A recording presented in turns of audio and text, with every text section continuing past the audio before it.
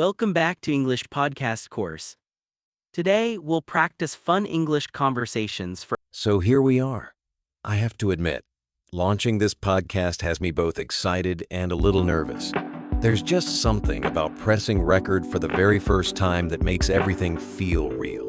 I totally get what you mean. My heart was pounding right before we hit record. But honestly, that's part of the fun, isn't it? There's this energy you can't fake when you're starting something new. Yeah, it's like the first day of school, but way more fun because we get to talk about topics we actually care about. Speaking of that, maybe we should introduce ourselves a bit before we really dive in. Absolutely, let's do it. I always love hearing the story behind a voice, so hopefully listeners will appreciate getting to know us too. All right, I'm Sam. And I've always been that person who wants to know how things work, whether it's technology, stories, or even recipes. I guess you could say my curiosity got me here, behind the mic. And I'm Jordan. Honestly, I've been a podcast junkie for years. There's something about having conversations that go beyond the surface, really digging into ideas with other people that just lights me up. It's funny you and I both love exploring, just in slightly different ways. When we first talked about starting this podcast, I remember thinking, wait, is this just going to be us geeking out on air? That's the hope, right? And maybe bringing a few folks along for the ride. Actually, I think our different perspectives are what's going to make this show interesting for listeners. Let's be honest, it wouldn't be half as much fun if we agreed on everything. I'm pretty sure we'll have some friendly debates down the road. So before we wrap up our intros, maybe we should give a taste of what's coming this season. We've got some big ideas queued up. Oh, for sure. We'll be tackling everything from tech trends to everyday challenges, the kinds of things people actually talk about over coffee, not just in a classroom. And if we do our jobs well, hopefully listeners will feel like they're right here with us, maybe even learning something new without feeling like it's homework. Exactly, and I'm excited to hear from folks as we go. If you're listening, don't be shy. Reach out and tell us what you want to hear about. It'll help us keep these conversations fresh. Have you ever wished you could just magically wake up speaking fluent English like you downloaded it overnight?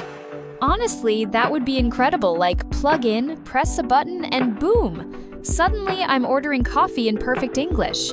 But, real life's more like awkward pauses and mispronouncing latte the first 3 times. Oh, I've absolutely been there. But that's why practicing with real conversations is gold.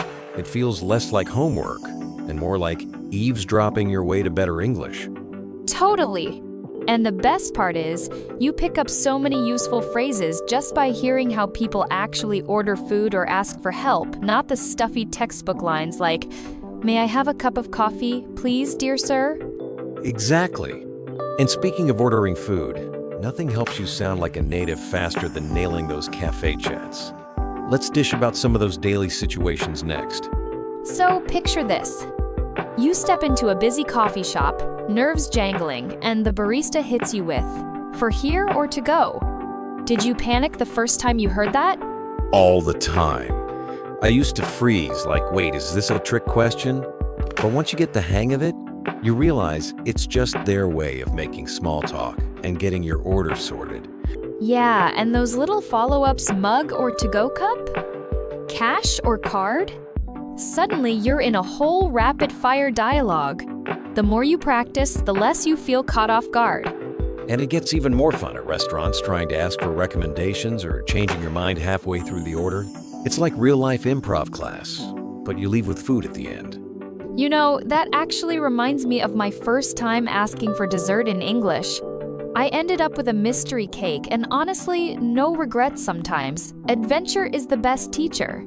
Speaking of adventure, I have to ask, what's the weirdest food you've ever tried while practicing English abroad? Oh, that's easy fried crickets in Thailand. I tried to focus on the conversation, but my brain was screaming, "You're eating bugs." Still, I ended up loving the crunch. Wow, that's bold. I once had fermented tofu in China. The waiter explained it with such enthusiasm, I couldn't say no, even if my nose definitely wanted to. It's wild how food can become a bridge for learning, right? You get new words, new flavors, and a story to tell every time you try something unusual. Definitely. And half the fun is just asking about the dish or fruit, like the time I learned about kumquats, by pointing and hoping I didn't order a whole bag of onions by mistake. Now, making reservations, that's a real test of nerves. Have you ever called a restaurant and just blurted out, "Table for me and my hunger, please"? Guilty. I once tried to book a table for one, and the host made it sound like I was the bravest person in the world. Apparently, dining solo is a power move. And don't even get me started on negotiating for a window seat for the perfect food photo. These are the real English milestones. Or the delicate art of asking if you can come in without a reservation. That moment when the host looks at you, scans the room, then just shrugs and lets you through feels like winning the lottery. Exactly. These little interactions are where you start to feel, hey, maybe I really can handle daily life in English. So after all those food orders, coffee runs, and dinner reservations, what's been your biggest "I did it" English moment? Honestly, the first time I changed my order mid-sentence and didn't get flustered, I swapped my salad for fries and threw in a Coke, and the waiter just rolled with it. Felt like a total pro. That's the dream. I finally worked up the courage to compliment the chef after a meal. I was nervous, but he beamed and even came out for a chat. Suddenly, English felt less scary, more delicious. Those small victories add up. Every little chat, every question asked, even every menu fumble, it all builds confidence. Absolutely. And for anyone listening, just remember, practice a little every day. Try new words, and don't be afraid to mess up. That's how you end up with great stories, and maybe even a new favorite food. So, picture this. A regular classroom morning. Everyone half awake and suddenly, bam, a new student appears. Millie just moved from Thailand, and she's smack in the middle of her first English class. Talk about nerve-wracking. I mean, having to introduce yourself in a language that still sounds like a riddle must feel like being on stage with no rehearsal. Exactly. And you know how kids can be, some are all smiles, but then you get those giggles and side eyes, which would make anyone freeze up.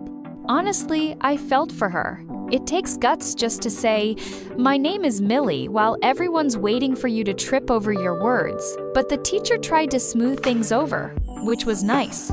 Absolutely, and there's always that one classmate ready to swoop in and help. Which actually leads us to one of my favorite moments. What stood out for me was Fanny stepping in. Like, after class, she just casually offers Millie a seat and checks in on her.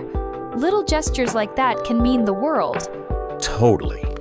And Millie was honest. She admitted English felt impossible and that being laughed at stung. But instead of just feeling sorry, Fanny goes, "Want to practice together after school?" That's the magic of peer support. When you have a buddy who gets it, suddenly learning isn't so scary. I loved how they started practicing real things like reading labels and asking for help at the market. Oh, and Fanny's patience.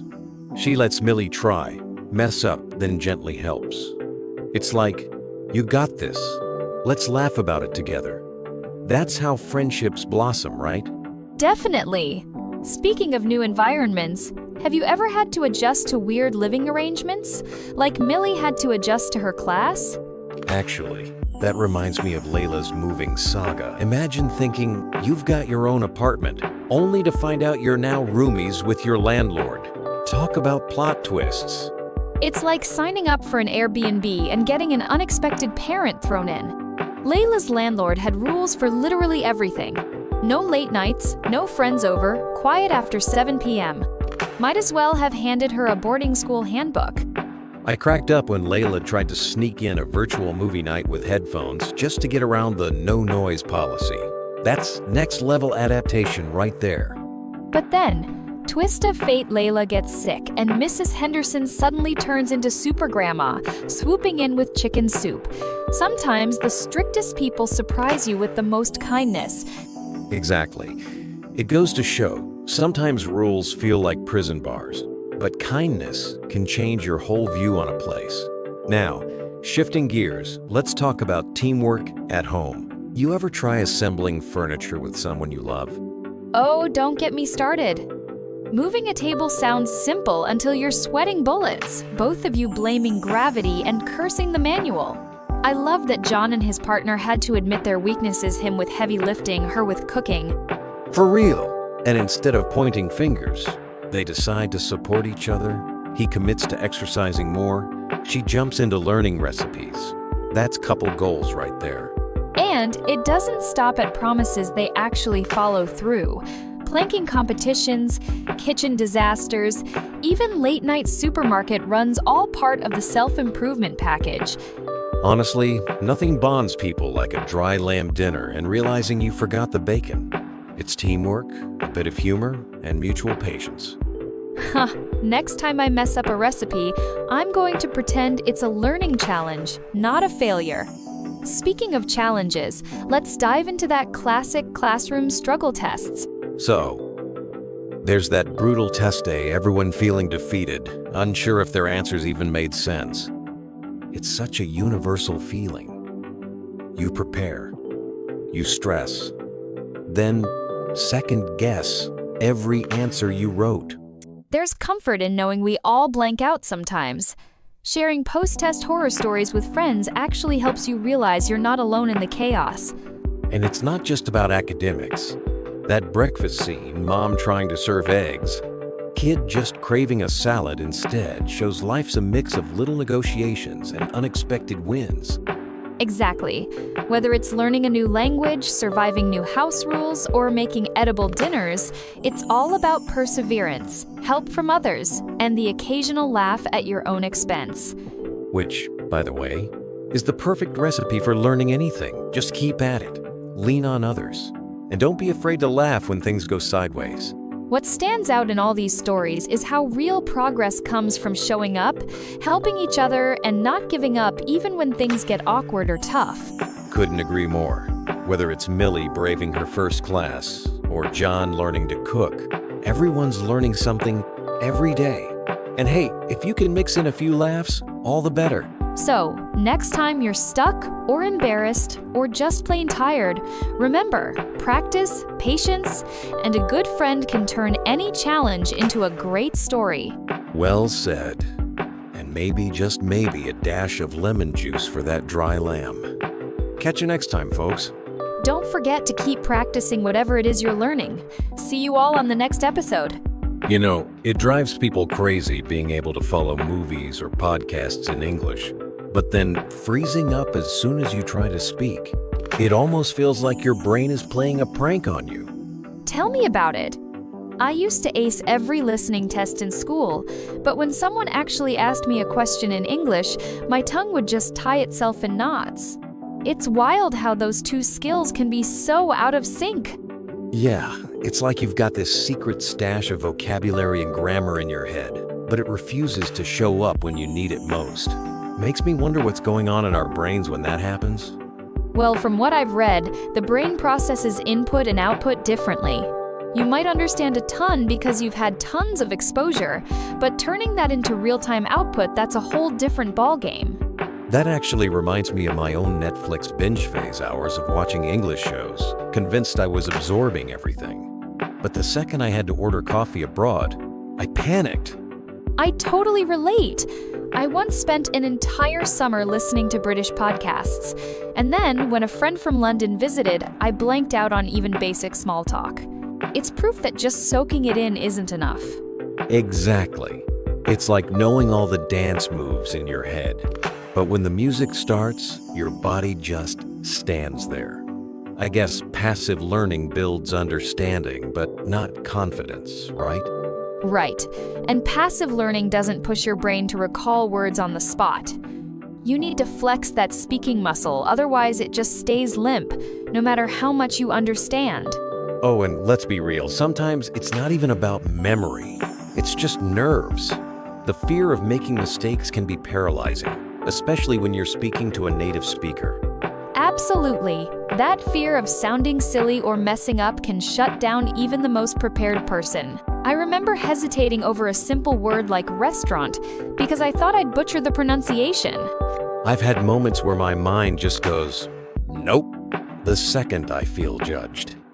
The ironic thing is, most people don't care about your mistakes at all. True, but our brains love to convince us otherwise. That inner critic is way louder than any real-life listener. It's almost like we have to practice getting comfortable with being uncomfortable. Jumping off that, what surprised me most is how much deliberate practice helps. Like, actually speaking out loud even to yourself starts to break that mental wall. For sure. I once tried shadowing repeating after native speakers in real time, and it made a massive difference. It felt awkward at first, but I could feel my brain rewiring itself. Yeah, and even just recording yourself can be eye-opening. You notice all the funny pauses and odd intonation, but then you can fix them. It's way less pressure than talking to a real person, too. And pairing up with a supportive conversation partner or joining a language group can do wonders. You start to realize everyone's making mistakes, and that's totally fine. Funny you say that, because I've found that celebrating little wins keeps the momentum going. Like, if you manage to order a meal or tell a joke in English, that feels huge. Absolutely, those moments add up. Even just introducing yourself fluently can boost your confidence for bigger conversations. It's progress, not perfection, that matters. And honestly, every awkward encounter is just another step towards fluency. If you can laugh it off, you're already halfway there. Couldn't agree more. Fluency isn't about never stumbling, it's about moving past it. If you keep showing up, your mouth will eventually catch up with your ears. Getting out of bed today was like wrestling a sleeping bag in the dark. My alarm played that horrendous ringtone, and I swear it took me 3 tries just to find the snooze. Did your morning go any smoother than mine? Actually, my morning was chaos from the get-go too. My cat decided the best time for a Zoomies session was 6 a.m. Shoes went flying, coffee got spilled, you know, the usual domestic circus. I love how pets always pick the worst moments for their sprints. At least they keep things interesting, right? Once I finally got my coffee, I realized I'd poured oat milk instead of regular milk. The taste was confusing. Oat milk always tastes like it's trying a bit too hard. On the bright side, I managed to catch the early bus, so I didn't have to do that awkward speed-walk-jog hybrid to the stop. Little victories count. Speaking of commutes, mine was an epic tale today. The subway was so packed I felt like a sardine in a can, and someone's backpack kept bopping me in the face. Ever had those days where your personal space just vanishes? Oh, for sure. Just last week, I had someone serenade the whole train with an off-key version of Bohemian Rhapsody. It was equal parts awkward and hilarious. Public transit is really a free variety show. Honestly, sometimes I wonder if I've paid for a ticket or an impromptu performance. Today, I just put on my headphones and pretended to be deeply invested in a podcast about bread making. No regrets. That's the only way to survive the old headphone armor trick. If only mine hadn't died halfway through, leaving me to overhear a heated debate about pineapple on pizza. Commuting really brings out the wild side in people. Once I finally made it into the office, I walked into a surprise. Our boss brought in donuts. No meeting, no agenda, just pure glazed goodwill. That's the kind of positive plot twist that keeps me going. Unexpected snacks are basically workplace currency. At my office, someone brought in homemade banana bread, and I swear people came out of nowhere like they were summoned by the smell alone. It's wild how quickly word travels when free food's involved. Suddenly, people you haven't seen in ages appear, acting like they were just passing by. I've definitely been guilty of that stealthy snack mission, though to be fair, it's the little things like a donut or a laugh in the break room that break up the usual routine. By mid-afternoon, the post-lunch sleepiness hit me hard. I caught myself almost nodding off during a video call. Camera off, of course. Got any tricks for surviving that energy dip? I've tried everything from power walks to those tiny cans of super strong coffee. But today, it was a spontaneous ping pong match in the break area that did the trick. I'm shockingly competitive when there's a mug on the line. A little friendly competition definitely wakes you up more than another cup of coffee. Last week, someone started an impromptu trivia contest, and people got way too into it. I learned more random facts in 15 minutes than all month. Office games really are underrated. They snap you out of that afternoon haze and bring everyone together for a few laughs. Sometimes I think they do more for morale than any official team-building exercise. After work, I tried to unwind by making dinner, but somehow I managed to burn the pasta. So, dinner turned into a fancy bowl of cereal instead. Not my most gourmet moment. Burnt pasta sounds tragic but relatable. I've had my share of cereal for dinner nights too. Sometimes, it's just what the day calls for, especially when your brain's already clocked out. You know, even with all the little disasters, there's something kind of satisfying about ending the day with something simple. I actually found myself laughing at the whole mess, a nice reminder not to take things too seriously. Completely agree, it's those offbeat moments that make the day memorable. If everything went perfectly, we'd have nothing to laugh about later. Cheers to cereal dinners and finding the humor in our everyday chaos. Thanks you and see you next time.